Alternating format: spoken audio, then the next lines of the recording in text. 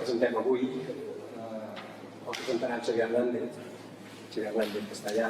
Xavier Hernández és autor d'una desena d'obres de literatura infantil i juvenil, entre les que destaquen El secret de les xufles, del 1996, La nit que van cobrar per mi, del 96 també, Amb la terra vol la pluja, que va ser premi Columna Jove, que es va editar el 2000, La llum de maig, l'Art de Sant Martí, també de l'any 2000, El joc de la guineu del 2006, o Els vells que els tenquin el 2011.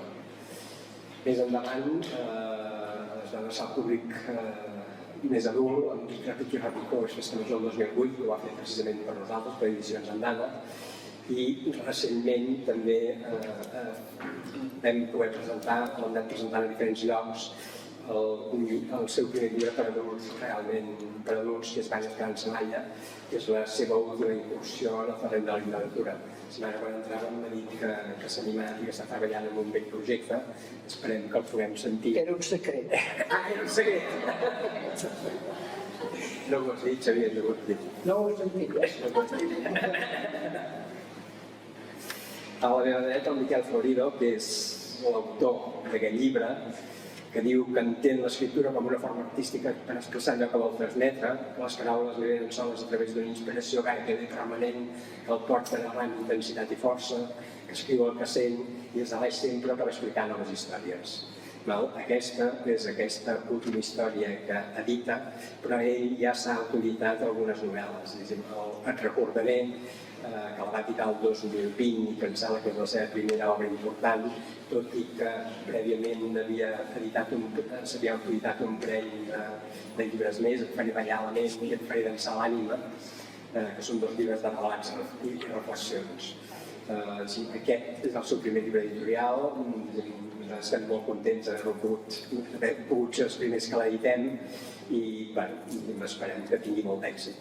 I el llibre que també ha preparat el Miquel ha estat il·lustrat per la Sònia Tornet. La Sònia Tornet és sadornenca, és il·lustradora i té un grau superior en videojocs i entorns interactius i també es descriu com a modeladora digital i dissenyadora gràfica. Si veieu els dibuixos del llibre veureu que ha fet una meravella i que amb una paleta molt personal de colors ha fet un treball magnífic. No m'extenc més i li passo directament la paraula a Xavier Hernández, que és qui ens presentarà el llibre. Gràcies. Aquí. Hola, bon vespre. Bé, ja m'han presentat, no m'ho esperava. Resulta que agafo el protagonisme quan el protagonisme el té el Miquel. En fi. Tranquil, Xavi. El Ramon ja us ha explicat alguna cosa, que el Miquel, que potser no sabeu, o potser sí, segur que és potser perquè el coneixeu, és que el Miquel és tècnic de sistemes informàtics i xarxes. A mi aquestes coses em deixen bastant esmaperdut perquè la informàtica, com us heu d'imaginar, en el meu cas no arriba quan ja soc una mica gran, més. Aleshores em quedo una mica tècnic de sistemes informàtics i xarxes. I, no sé si ho sabeu, això me l'he titulat. Sí, has portat bé? L'he portat bé. És me l'he titulat, i ens ho deu. I llavors, ell, com jo mateix, i algú més que aquí, formem part d'un col·lectiu que s'ha organitzat darrerament, un col·lectiu d'escriptors penedesencs del Gran Penedès. Estic parlant al Baix Penedès Garraf, que es diu Col·lectiu Mir Geribert, el nom l'agafem del personatge d'Olègola que va defensar el territori. Col·lectiu Mir Geribert d'escriptors penedesencs, el Miquel, jo i alguns més en formem part, ens hem agrupat a fi de promoure i vehicular tota la literatura que es fa aquí, que no és poca. Són bastants, com a més de 40, de seguida. I, en fi, em volia dir per què quedés constància. Com deia el Ramon, el Miquel ja té alguns títols publicats, 4, i aquí deu ser que fa 5. Sí. I hi ha una altra cosa que a mi m'agrada molt del Miquel, i és que, a més de tot això que us he dit, escriptor, tècnic de sistemes informàtics, és geganter. I els gegants en mi, des de petit, i ara ja fa anys, els he admirat sempre. Jo sempre, quan era petit, i deia els gegants de Vilafranca, sempre em quedava bocabadat de veure que aquells personatges tan elegants, tan ben vestits, anessin espardenyes, no ho entenia. No ho entenia com pot ser que vagin espardenyes. Bé, a mi ara encara em causa una admiració els gegants, això no ho feu servir després de fora al carrer. I, ja dic, quan jo era petit, veure que era tan senyorial, tan hieràrquica, tan alta, que encara ara ompla d'admiració als nens, quan els nens veuen els gegants tenen una mirada il·lusionada, una mirada diferent. I el Miquel va sota, va sentir que també fa la felicitat de molts nens i nenes quan va tocar.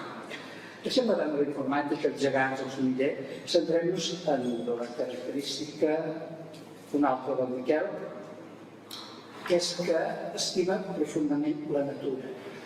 Això queda molt clar llegint Riu, el cranc de Riu. És en aquest context on neix, quan obrim el llibre a la portada, llegim en homenatge al pèlag dels nenúfars de les veus, amb l'optimisme esperançador que tornarà a fluir d'aigua i de vida. No és el pèlag de les veus, és el pèlag dels nenúfars. Hi ha vida, vida vegetal, i esperança que torni a fluir d'aigua de vida. Amb això és una carta de presentació que marca el llibre, perquè, com us dic, el Miquel estima molt la natura. En aquest context és on neix Riu, el cranc de Riu, que viu i riu i es capbussa en el Mediona, que després serà el Bitlles, i que és el protagonista d'aquesta història, Riu, el cranc de Riu. La història que ens explica el Miquel ens fa viure unes peripècies, són pròpies dels crancs, però des d'aquí, d'aquestes peripècies, entren en aquella dimensió tan pròpia dels contes quan les bestioles no són protagonistes. Ja ho sabem, les bestioles dels contes, quan són protagonistes, actuen, mouen i es belluguen com a persones. Són éssers personificats, que és el que passa aquí també. Pensen i actuen a la manera dels humans, perquè d'aquesta manera, actuant i bellugant-se i expressant-se a la manera dels humans, aconsegueixen transmetre el que persegueix el Miquel, des del meu punt de vista, que és el seu pensament moral com a persona que estima la natura i moltes més coses. El Miquel té uns valors ètics que es descobreixen llegint el llibre. Els animalons aquí són crancs amb pinces i caminen enrere, com ha de ser. Qualsevol cranc, o sigui, ha de caminar enrere, si no, deixa de ser un cranc. Però miren endavant. Malgrat que caminen enrere, miren endavant, i aquí ja tenim tota una valoració simbòlica que podem extreure de la lectura. Caminar enrere fa que miren endavant. Per què miren endavant? Perquè així canta la vida d'un riu, o Mediona, que gràcies a la mirada del Miquel, per bé que sigui un riu humil, perquè ho és, no és un Llobregat, no és un Ter, no és un Ebre, però és un riu humil, però apareix ple de vida, amb tot el que això significa. Sí que és humil, no és cap un riu, però està ple de vida.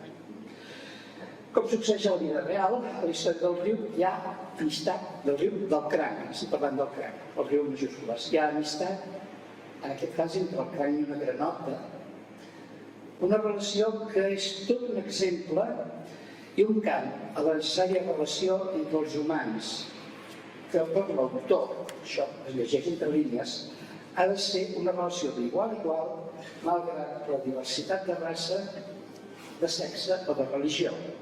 L'amistat entre un cant i una granota transcendeix i té aquest valor. La granota li diu: ja has rigut avui, cranc de riu que sempre riu? He rigut molt granota que bota, molt, potser massa, fixeu-vos en els jocs de paraules, cacofonia ben trobada en aquest cas. Què dius ara? Em sorprens, cranc de riu que sempre riu.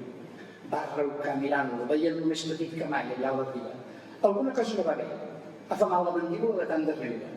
Això és que t'ho has passat molt bé avui, va deduir ella. Sí, però a la vegada no. És una amistat que hi ha entre la granota, un ésser diferent, i el cranc, un altre ésser diferent.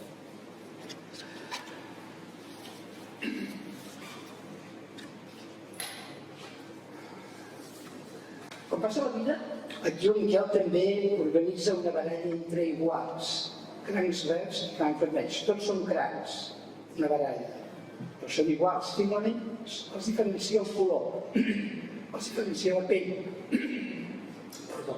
els diferencia la ideologia, els diferencia la religió, i són crancs diferents.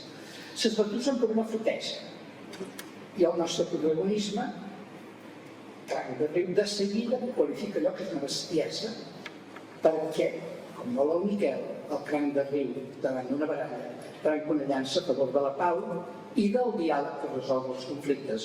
Us estic intentant fer veure tots els valors que es dedueixen de la lectura del llibre. Llavors arribem a un episodi que a primera vista pot resultar contradictori. El riu, el cranc, té el costum de riure i de riure de gairebé tot, perquè tot és un pont. Això es diu riu el cranc de riu. Fins a aquest riu tant que un dia arriba a una situació que d'entrada, quan llegim direm això no encaixa amb tot el que estem llegint, amb tots els valors que estem veient. Els cacen els seus adversaris i ell d'entrada se'n riu, més ben dit, se'n burla. Són adversaris, se'n burla. Un aspecte que d'entrada diem que això, amb tot el que contestar dient, això no encaixa. Després s'aclareix.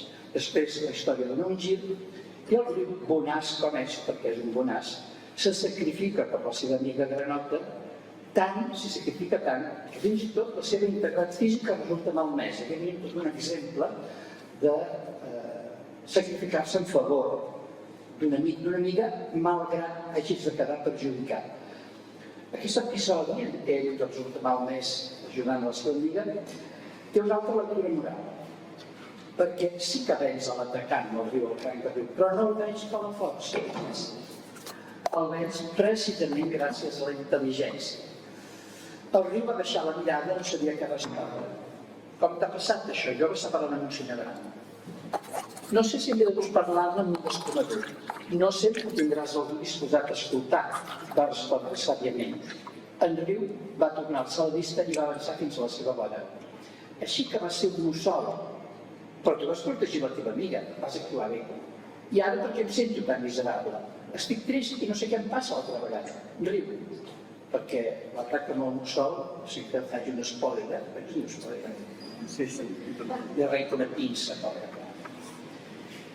I el senyor que li està donant el consell diu: no necessites les dues pinces per ser feliç. El que vas fer d'honor, ajudar la granota, perquè el mussol no se la cruspís. Li ha costat un sacrifici cruel, però l'honor.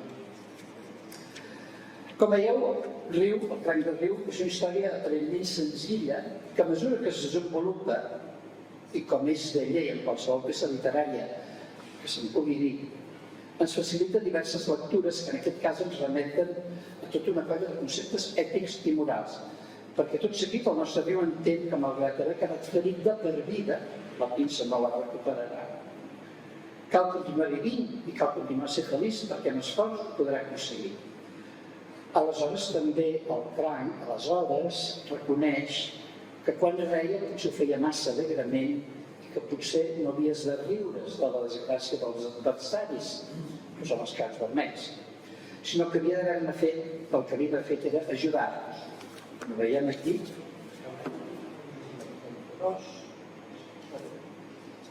Sí. Aleshores no va entendre. Qui no pren partit no corre cap risc, però tampoc podrà ser feliç sol i al marge. Va comprendre que si volia ajudar hi havia una part d'implicació que comportava la possibilitat de fer-se mal, però havia d'estar orgullós de fer el correcte i d'actuar perquè li havia sortit de dins. Així finalment en el riu entén quin és el valor de la veritable amistat i que ajudar els altres vol dir córrer riscos, però que això és el correcte, que el més important és ser solidari, més que no pas plegar-se de braços. Com haureu vist, el llibre aconsegueix transmetre una colla de valors que continuen sent necessaris en la societat en què vivim. El valor de l'amistat, veritable. No l'ha interessat, que d'aquesta n'hi ha molt. El respecte als altres, a la diversitat, l'ajuda desinteressada, la paraula com a eina per resoldre els conflictes. Tot això està aquí, en aquestes poques pàgines, tot està aquí. I l'alegria de viure, la necessitat de riure i de ser feliç, però no de riure's dels altres, sinó de riure amb els altres. Arribats a aquest punt, podria semblar que Riu al Cranc de Riu és una mena de tractat de moral quotidiana i potser fins i tot feixuc, però no és així en absolut. El llibre està escrit d'una manera molt amena, ja ho heu notat, això anava a llegir fragments, i molt lleugera, de manera que, com és ella un bon escriptor, el text diu el que diu sense que bo i ni ens n'adonem. Com que aquí no vol la cosa, tot plegat perquè el Miquel té l'habilitat d'escriure d'una manera molt fluida i molt planera, amb una sintaxi que ens arriba tan natural que sembla que ens expliqui la història cau d'orella, i a sobre ho fa amb un lèxic tan ric i variat que contribueix encara més a transmetre el que de veritat vol dir-nos. Exemple, i...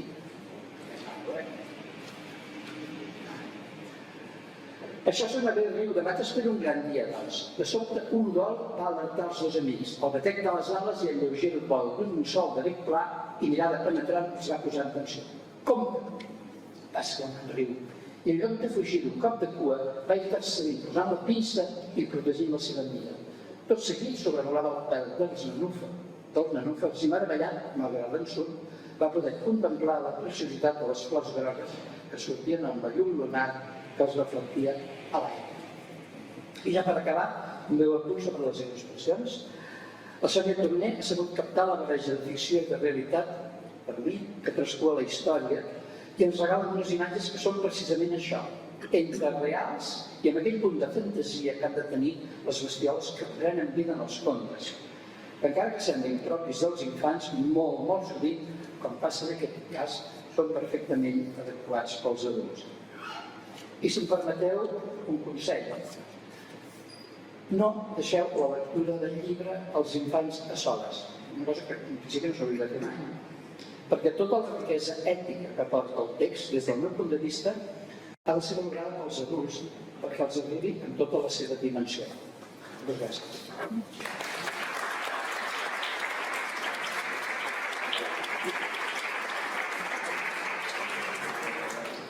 Gràcies, Xavier. Ara, el autor.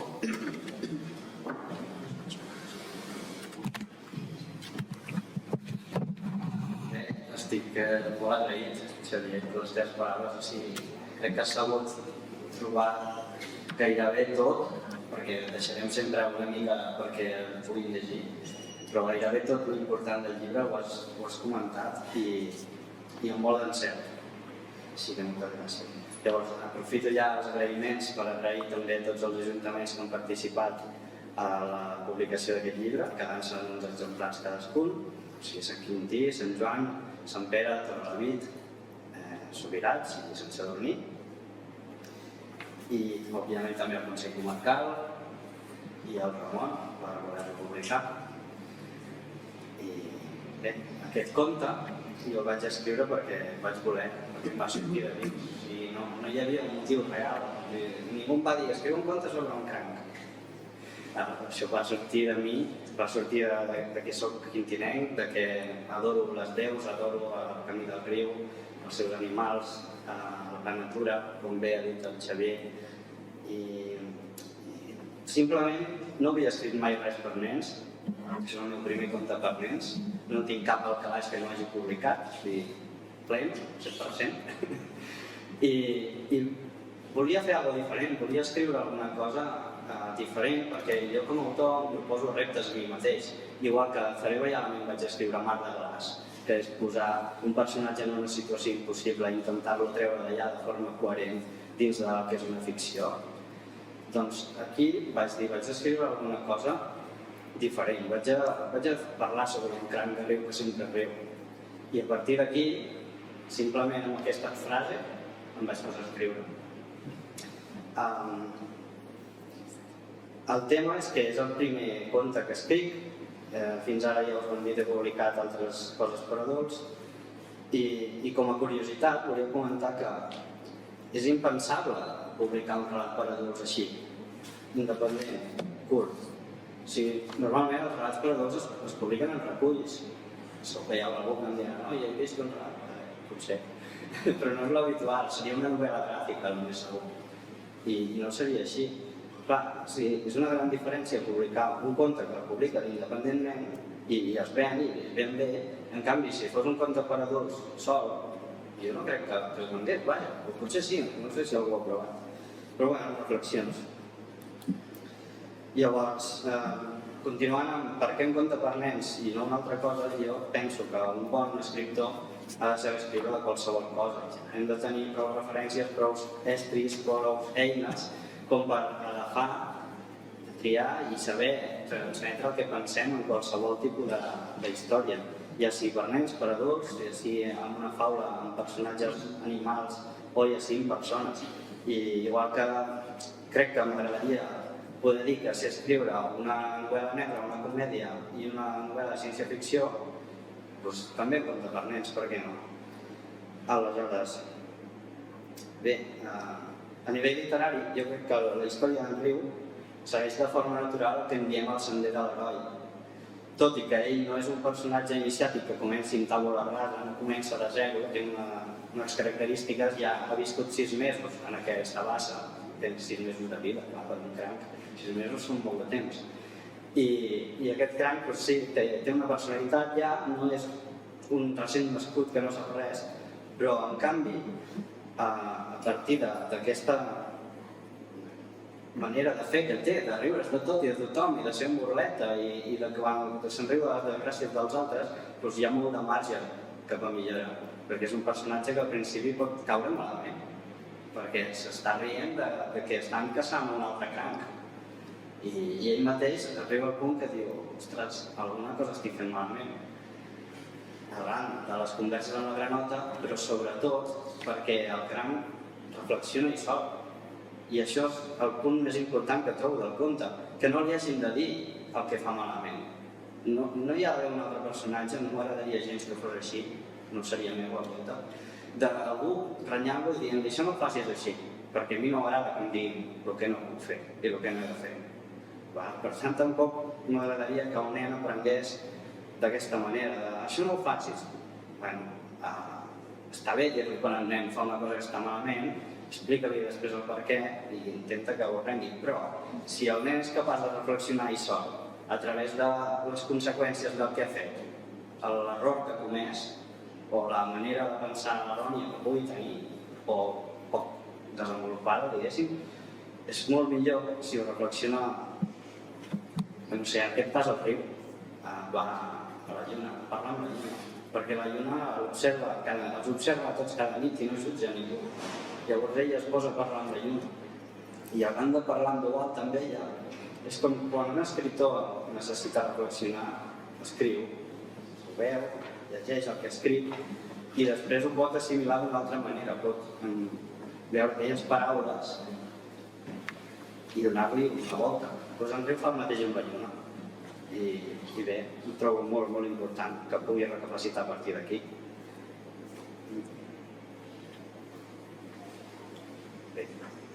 Jo els meus personatges vull que siguin, ja siguin humans o animals com aquests, amb personalitat humana.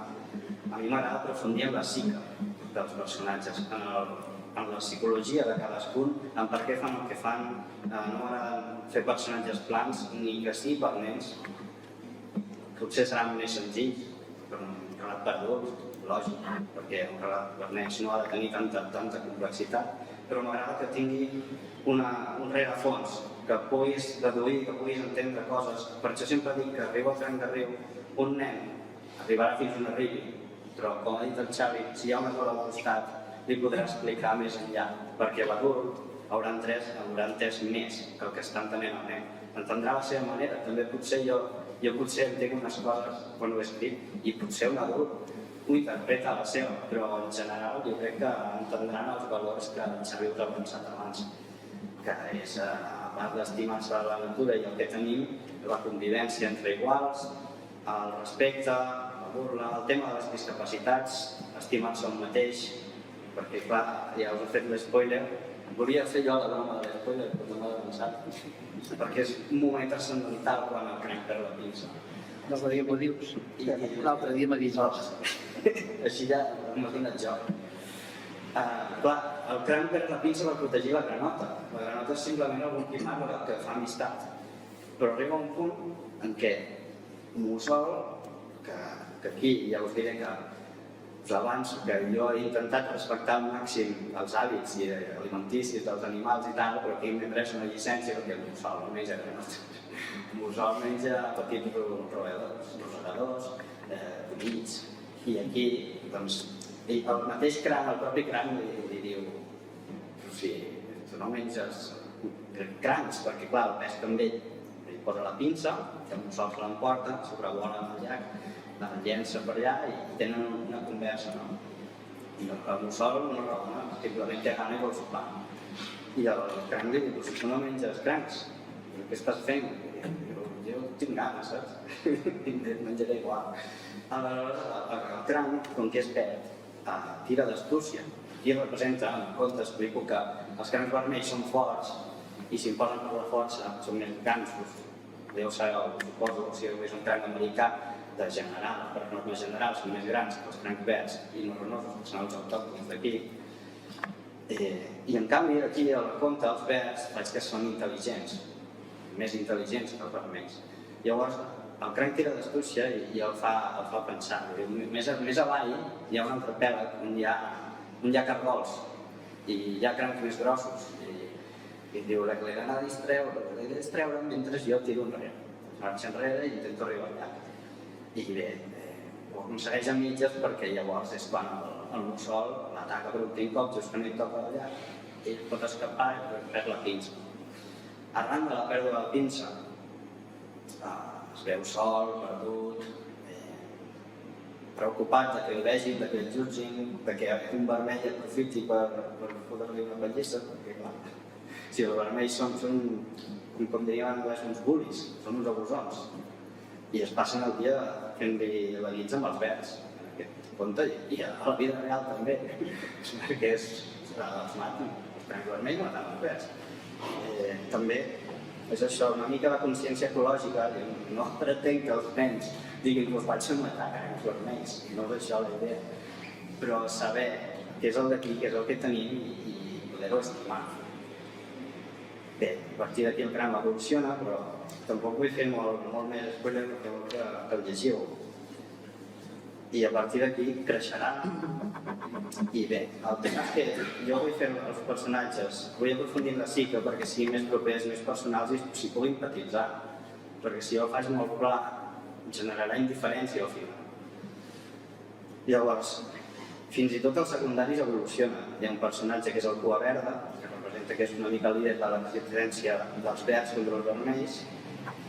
Llavors hi ha l'ancià, que és el cranc ancià que us ha comentat el Xavi, que li diu no sé, te trobaràs algú que t'escolti.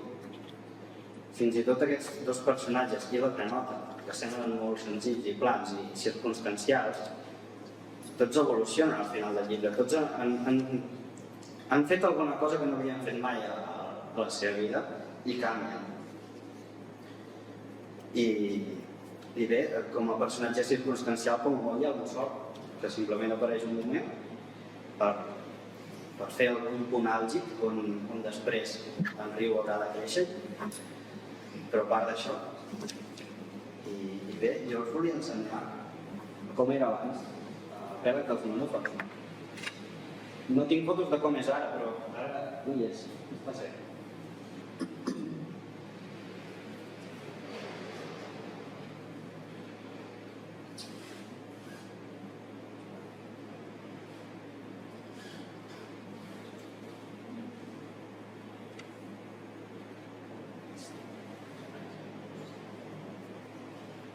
Això són vídeos fets, fotos i vídeos fets per mi. Estem parlant del 2014, tampoc fa tantíssim.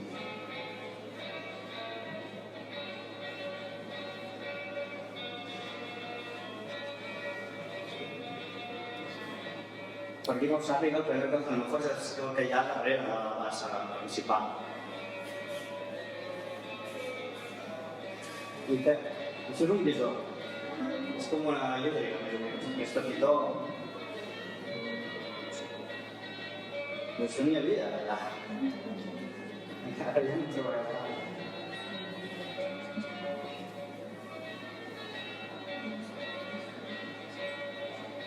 I aquí què està fent? Està caçant crancs.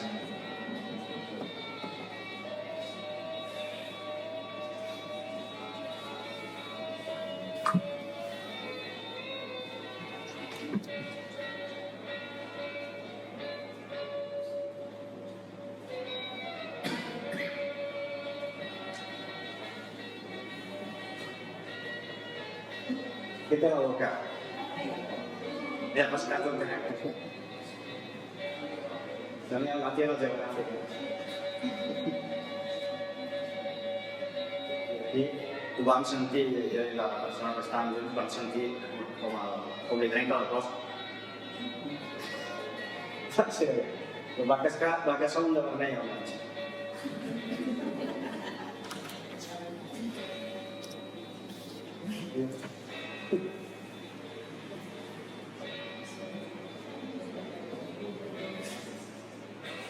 I bé, suposo que tot això també m'ha inspirat, clar, a part del llibre. Hi ha un moment que apareixen uns bisons, que són els que cacen els crancs vermells davant del riu. I què és el que dibuixar pensant?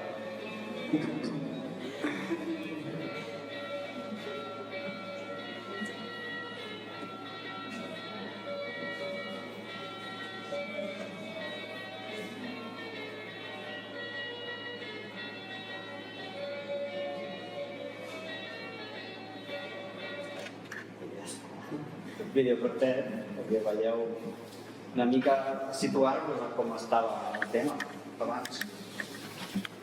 I res, ja que estem aquí, podríem parlar de les il·lustracions. Jo sempre, amb la Sònia, ens hem entès des de fa molt de temps, perquè em va fer les il·lustracions del meu primer llibre, em va fer la portada, vull dir, dins hi ha il·lustracions d'altres persones, però la portada me la feia ella, i de seguida va captar el que jo li demanava, i no és fàcil amb un títol com el treballadament. I va quedar molt xulo.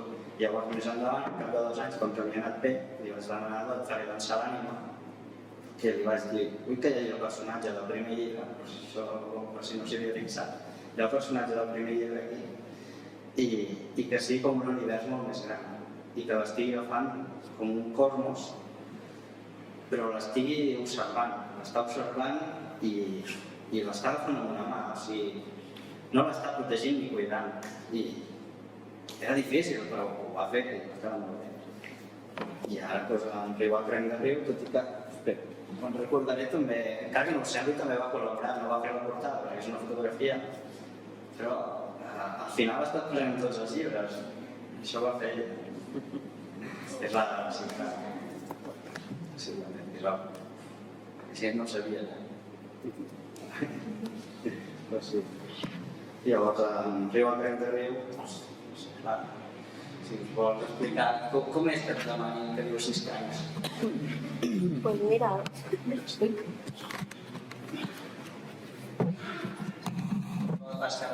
ara, vale. Primer, perdó, no estic acostumada a parlar en públic, així que estic una mica nerviosa. Però, home, pues em vaig quedar una mica... Què m'estàs dient ara? De crancs. Bé, jo estic acostumada a dibuixar natura, m'agrada molt. Dibuixar natura, bàsicament, és una constant en els meus dibuixos. I llavors va venir el Miquel i em diu, escolta, faria gràcia fer una prova de... perquè vull fer un conte infantil sobre un cranc de riu. I jo, vale, provem-ho, per què no? Normalment dibuixo animals, però crancs encara no me'ls havien demanat mai. I, bueno, la cosa va sortir bé i pues, em va ficar aquí el tinglado posat, bàsicament. La cosa del Miquel és que és bastant fàcil treballar amb ell perquè té les coses molt clares. Massa clares i tot a vegades. Perquè, clar, jo sempre li passo primer un esbós i ell em va dient no, però això així, això allà, això... Llavors, és fàcil de treballar amb ell, és ràpid treballar amb ell perquè de seguida la cosa la té visualitzada i jo, pues, gràcies a Déu, se'm dona bé dibuixar el que em diuen. Llavors, amb això fem bastant bon combo. I llavors també em va fer molta gràcia el projecte perquè, encara que jo no tinc una relació tan estreta amb les 10, sí que tinc molts records d'anar-hi quan era petita amb l'escola. Sobretot a veure les grutes i la zona de les tirolines i tot el passejar a riu amunt i riu avall. I volies que no tinc això una mica la nostàlgia i llavors pues, em va fer gràcia participar.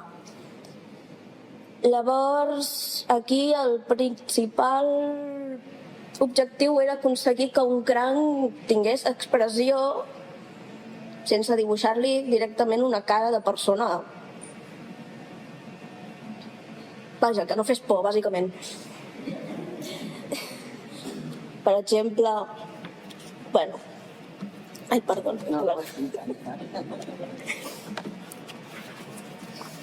Per exemple,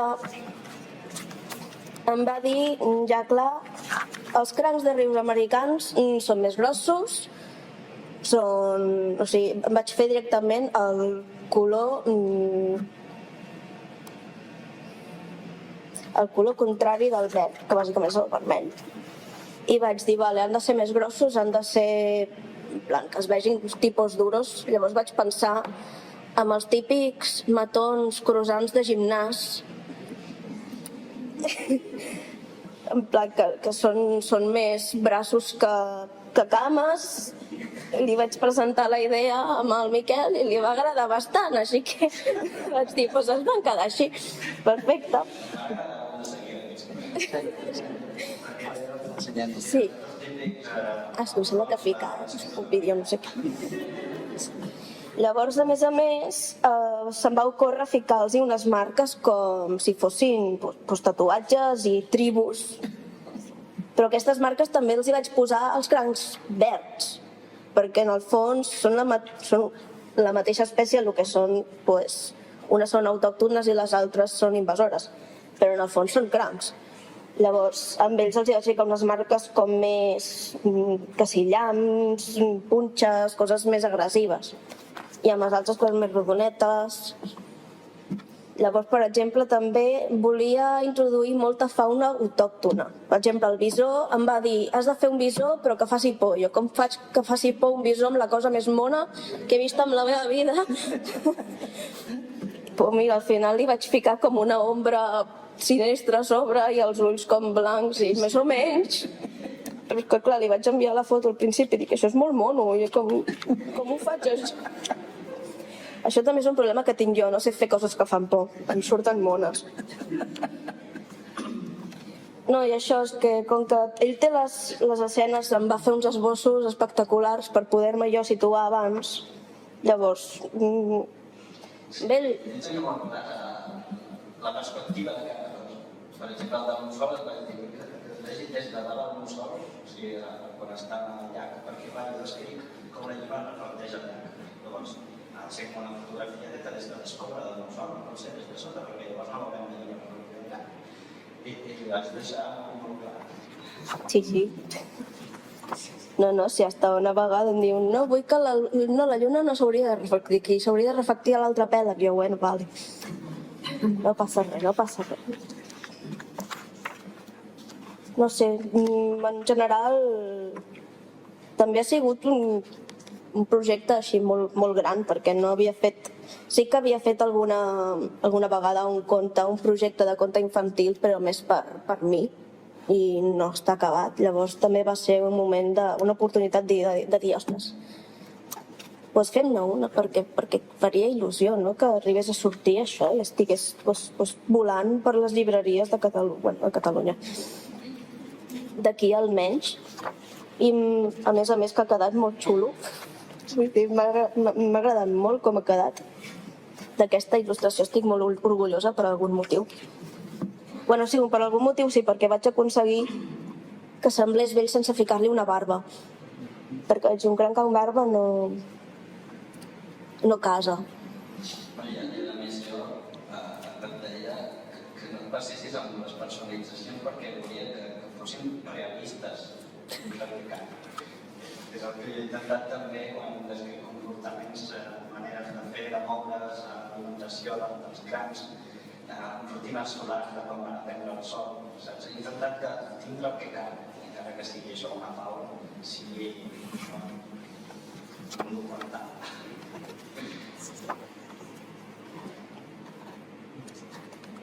És que no sé què més dir. Bueno, sí, he posat algun vídeo del procés i de tot el tema per allà.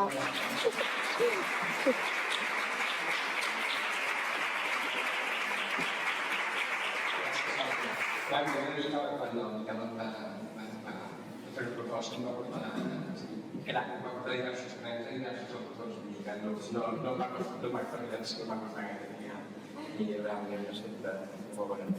Merci.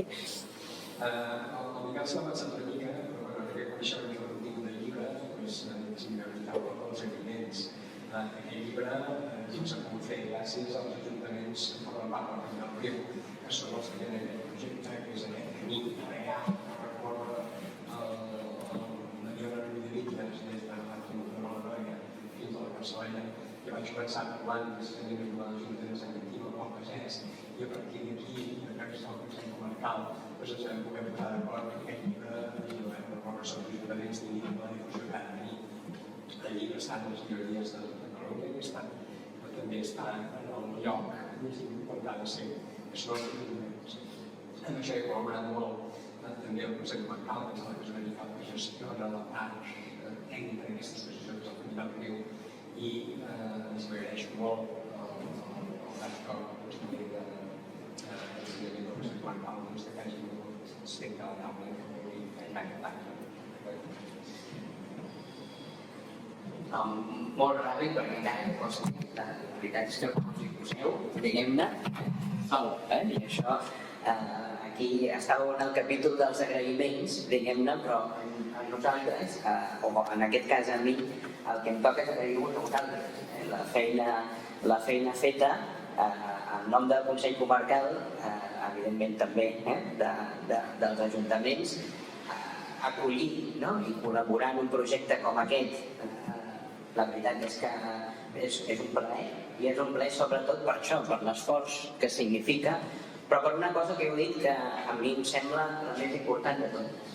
I ho dèieu quan us referíeu a que els adults hauríem també d'aprendre molt del que hi ha aquí, sobretot perquè el que feu, i ho heu estat fent durant tota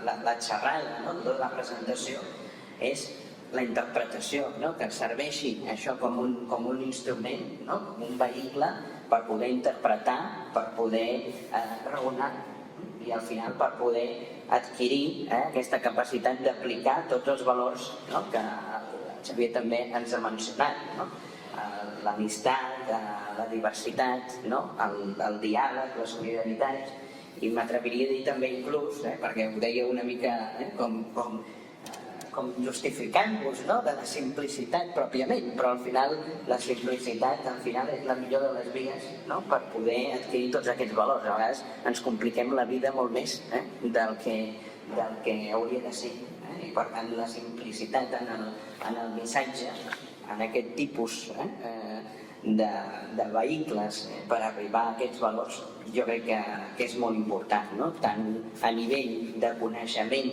sobre el territori, però sobretot també, i a vegades parlem moltes vegades del territori, però el més important de les localitzacions, en aquest cas del riu, és precisament l'ecosistema i la vida que es genera al voltant.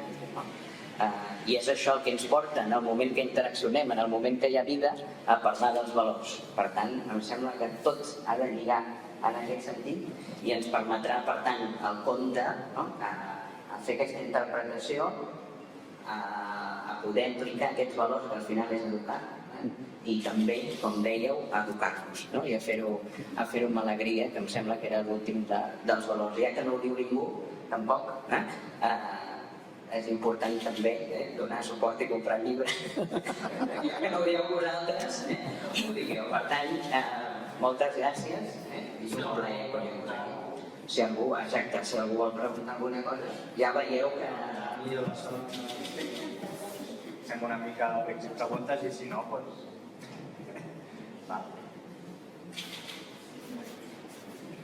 No? Bueno. Gràcies.